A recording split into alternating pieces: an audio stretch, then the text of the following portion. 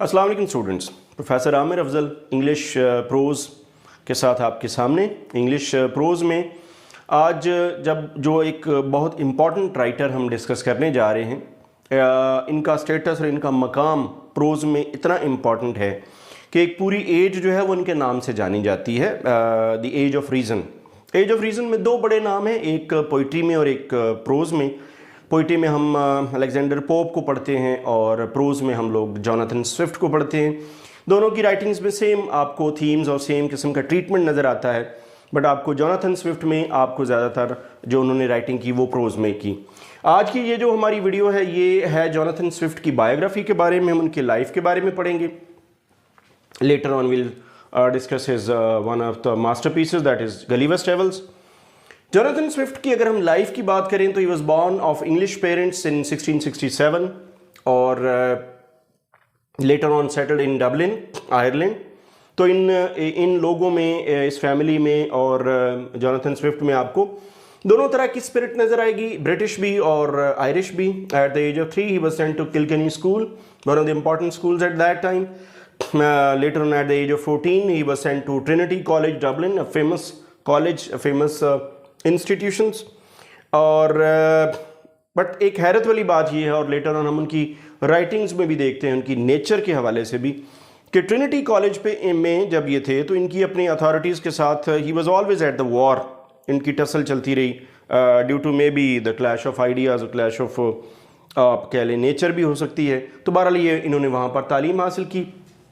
बाद में इनके फादर और मदर की साइड, दोनों की साइड से, एक साहब the one who was a diplomat, who was a intellectual, socially एक बड़े रिस्पॉन्सिबल आदमी थे, सर विलियम टेम्पल, उनके साथ इनको लगा दिया गया, अटैच कर दिया गया। इन्होंने उनके साथ काम किया, बट इनको पूरी जितनी अरसा इन्होंने वहाँ पर गुजारा, अगरचे उसका इन्फ्लुएंस इनके ऊपर काफ़ी ज़्यादा है और हम देखते हैं कि उन्होंने बहुत ज़्यादा वक्त भी गुजारा, 10 ईयर्स और सो, लेकिन जितना अरसा इन्होंने काम किया तो इनको ऐसे लगा जैसे ये डिपेंडेंट हैं। तो विलियम टेम्पल ने इनको एक डिपेंडेंट के तौर पे ट्रीट किया। ये अपने सेटिस्फाइड नहीं थे और एक दो बार इन्होंने डिसोबे भी किया, उनके बारे में ऐसे रिमार्क्स भी दिए जिनके नतीजे में इनको छोड़ना भी पड़ा। बड़ी मुश्किल से सर विलियम टेम्पल ने मैनेज की इनके लिए एक modest position as a priest, और कुछ अरसा इन्होंने वो जॉब भी की और फिर वो भी छोड़ दी। तो विलियम टेम्पल का जो सबसे बड़ा हमें इन्फ्लुएंस नज़र आएगा, वो जो मैंने बाद में लिखा है, वो ये कि इनको ये वहाँ पर रहते हुए उनकी जो बुक्स थी और उनका जो लाइब्रेरी थी उससे इस्तेफादा करने का बहुत ज़्यादा अच्छा मौका मिला, जिसकी इनके बाद में फिर इनकी लाइफ में बहुत ज़्यादा उसका कंट्रीब्यूशन है। Is first love affair at the age of around 20s। तो ये first love affair with Miss Jane Waring, या जिनको वारीना के नाम से ये पुकारते हैं, कुछ अर्सा उनके साथ रिलेशनशिप रहा और चंद एक बस अप्स एंड डाउन्स आते रहे। फाइनली ये भी ख़त्म हुआ। जैसे मैंने बताया, सर विलियम टेम्पल के यहाँ इन्होंने काफ़ी ज़्यादा नॉलेज गेन किया, बहुत कुछ सीखा। ये ट्यूटर बना दिए गए इसी टेम्पल फैमिली की एक लड़की, Easter, a girl from temples. बाद में उसी को इन्होंने नाम दिया स्टेला का। Easter later on grown into a beautiful girl. तो उसके साथ इनका एक बड़ा अच्छा इमोशनल रिलेशनशिप भी रहा। उस लड़की का इनकी लाइफ में बहुत ज़्यादा आप कह लें कि कंट्रीब्यूशन भी है, और वो आपको बार टाइम एंड अगेन आपको इनकी लाइफ में नज़र आएगी। अगर हम बात करें इनकी अर्ली राइटिंग्स के बारे में, तो एट अराउंड 1694 इन्होंने एक बुक लिखी, the battle of the books, और ये भी इसी इन्फ्लुएंस में थी जो इन्होंने यहाँ से हासिल किया। It was suppose to be publish in 1697, लेकिन ये बाद में due to certain reasons publish ना हो सकी। और इनकी जो मशहूर बुक है, एक सटायर है, that is a tale of tub, तो ये दोनों इकट्ठी 1704 में जाके तो ये पब्लिश हुई। 1704 के बाद ये कुछ अर्सा लॉर्ड बर्कले के साथ एज चैपलिन भी रहे।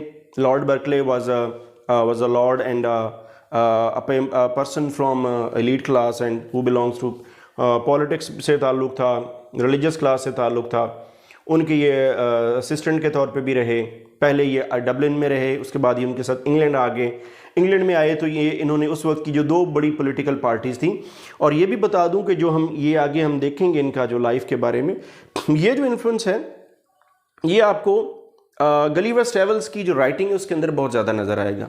हमारे यहाँ क्योंकि स्टूडेंट ज़्यादातर गलीवर्स ट्रैवल्स पढ़ते हैं तो उनके अंदर इनको एक जो पिक्चर नज़र आएगी तो वो इनके इन्हीं हालात की नज़र आएगी, लेकिन इनकी बाकी बुक्स जो हैं उनके अंदर भी आपको ये वाला इन्फ्लुएंस जो है वो काफ़ी नज़र आता है।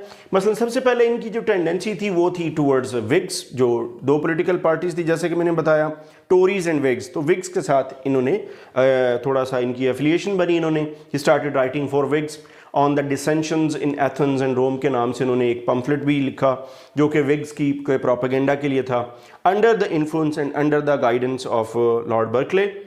लॉर्ड बर्कले के साथ भी रहे, फिर इन्होंने लेटर ऑन इन्होंने इनकी एफिलिएशन जो स्टेला के साथ थी वो काफ़ी डेवलप हुई। इन्होंने कुछ लेटर्स लिखे जो जर्नल टू स्टेला के नाम से पब्लिश हुए, जो कि स्टेला के नाम थे। और इसी दौरान ये आगे जब थोड़ा सा और वक्त गुजरा तो इनकी जो एफिलिएशन थी वो टोरीज़ के साथ डेवलप हुई, दूसरी पार्टी के साथ। अब टोरीज़ के साथ जब ये काम कर रहे थे तो इनको ये फील हुआ कि जो ओरिजिनल लोग हैं रिलीजन को या डेमोक्रेसी को फॉलो करने वाले वो ये टोरीज़ हैं।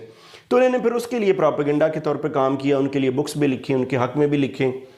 ही वाज और ये भी बता दूं कि यहाँ तक ये इस पॉइंट तक, यानी ये जो पॉइंट था जब तक ये अभी सर विलियम टेम्पल के साथ थे इस पॉइंट तक, तो ये उस वक्त तक इकोनॉमिकली इतने साउंड नहीं थे। सो लेटर ऑन ये वो पॉइंट आया जब ये इकोनॉमिकली साउंड हो गए, एक अच्छी पोजीशन इनको मिली as dean of Saint Patrick's cathedral.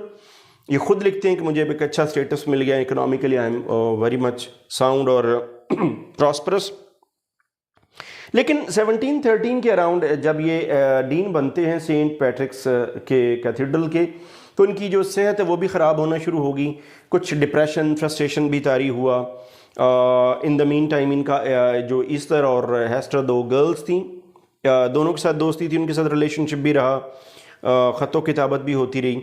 But ये सब कुछ इकट्ठा it all resulted in the feeling of loneliness at Dublin.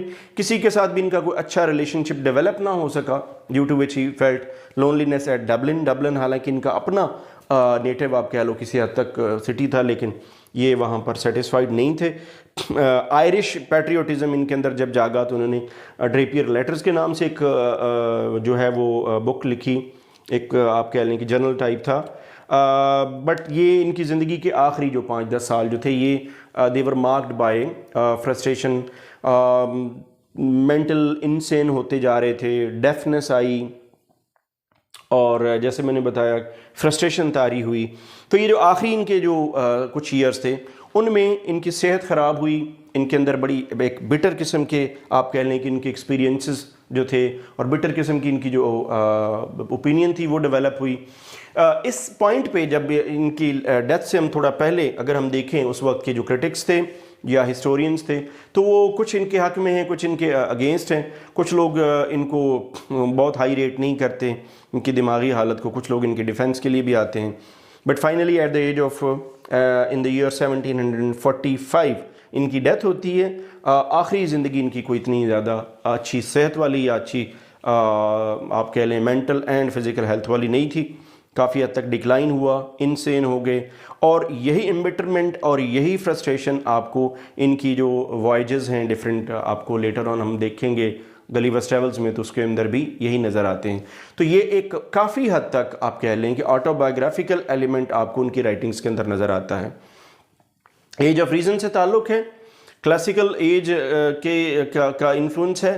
तो यही जो एज ऑफ रीज़न की जो थीम्स थे, जो पॉलिटिकल रिलीजियस जो कंडीशंस थी, सर्कमस्टांसेस थे, उनसे जो डिससेटिस्फैक्शन पैदा हुई वही it all resulted in the writings of Jonathan Swift.